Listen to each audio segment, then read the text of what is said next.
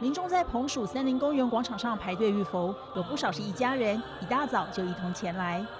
我们一家5口，就是我儿子、媳妇啊，还有2个小孙女跟我们就一早就过来，让他体验一下，知道认识一下活菩萨，然后也祝他身体健康，母亲节快乐。云林讲堂日前在斗六市彭属森林公园举办2025庆祝佛诞节暨母亲节活动，民众扶老携幼，欢喜浴佛。现场还有云林县警察局带着小朋友们进行防诈骗的宣导认知游戏，大人小孩都开心，一起体验不一样的母亲节。这是一个给人欢喜、给人欢笑、给人很多信心跟希望的地方。那可以在此时此刻、此地，然后来大家一起来参与这个活动。